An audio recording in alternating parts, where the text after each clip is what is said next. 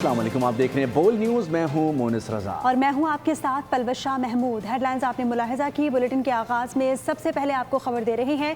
امریکی صدر ٹرمپ نے ایران کے ساتھ مذاکرات ختم ہونے کی خبروں کو مسترد کر دیا۔ بولے کہ ایسی اطلاعات جھوٹی اور گمراہ کن ہے۔ ٹروتھ سوشل پر جاری بیان میں کہا، ایران کے ساتھ بات چیت مسلسل جاری ہے اور گزشتہ 4 دن سے دونوں ممالک کے درمیان رابطے ہوئے ہیں۔ اب کسی نہ کسی طریقے سے معاہدہ کرنے کا وقت آ گیا ہے، تاہم مذاکرات کہاں تک پہنچے ہیں اس بارے میں ابھی کچھ کہنا قبل از وقت ہوگا۔ اب ایران کو معاہدے کے حوالے سے فیصلہ کرنا ہوگا۔ ٹرمپ کے اعلان کے باوجود اسرائیل جارحیت سے باز نہ آیا۔ اسرائیلی فضائیہ نے جنوبی لبنان کے مختلف علاقوں پر نئے فضائی حملے کیے۔ طیاروں نے نبطیہ شہر اور نبطیہ الفقہ کو نشانہ بنایا ہے، جبکہ بنتے جبیل ضلع میں واقع سلطانیہ اور بیر ارسلال کے علاقوں پر بھی فضائی حملے کیے گئے۔ حملوں میں 2 لبنانی فوجی زخمی ہو گئے، جس کے بعد متاثرہ علاقوں میں کشیدگی مزید بڑھ گئی۔ ساتھ ہی حزب اللہ نے بھی جوابی کارروائی کرتے ہوئے اسرائیل کے شمالی علاقے پر راکٹ فائر کیے۔ تہران کے ساتھ جوہری پروگرام پر مذاکرات جاری ہیں۔ امریکی وزیر خارجہ مارکو روبیو کی تصدیق دعویٰ کیا کہ ایران نے طویل عرصے تک مذاکرات سے انکار کیا، تاہم اب ایرانی حکام جوہری پروگرام ترک کرنے کے معاملے پر بات چیت کے لیے آمادہ ہو گئے ہیں۔ انہوں نے امید ظاہر کی کہ آبنائے ہرمز کے مسئلے کا جلد قابل قبول حل نکل آئے گا۔ ایران کے خلاف کارروائیاں کامیاب رہی ہیں اور آپریشن ایپک فیوری کے دوران فوجی اہداف حاصل کیے گئے، جبکہ ایران کی دفاعی اور صنعتی صلاحیتوں کو شدید نقصان پہنچا ہے۔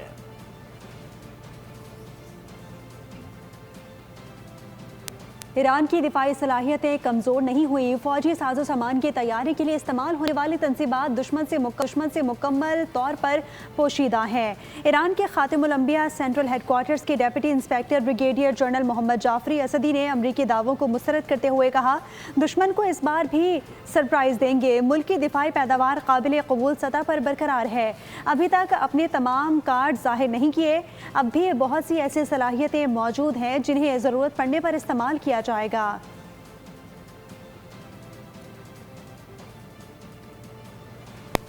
امریکی صدر ڈونلڈ ٹرمپ نے نیتن یاہو کو کیسے جھاڑ پلائی؟ امریکی صحافی باراک روبرٹ نے سب کچھ کھول کر رکھ دیا۔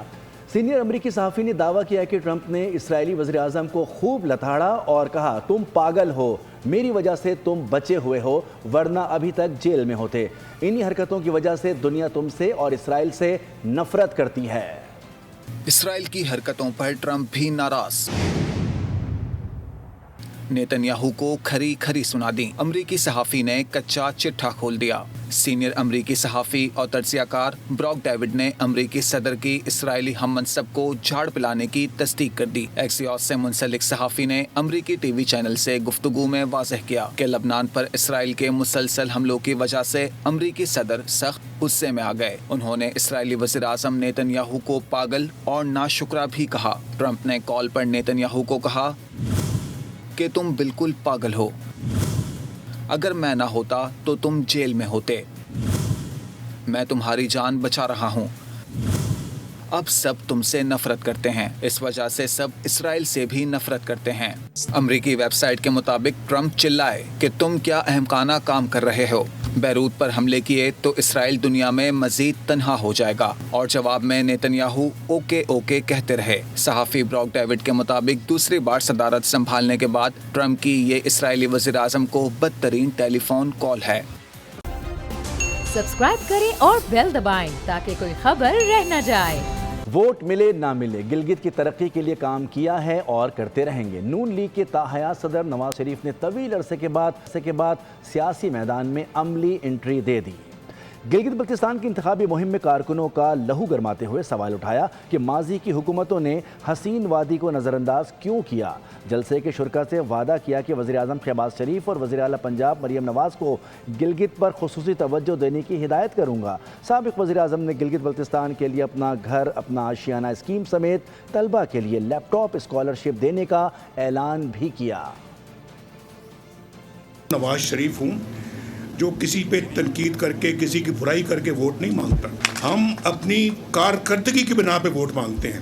کسی میں پارٹی یا حکومت کے خلاف نہیں بات کرنا چاہتا، لیکن میرا دل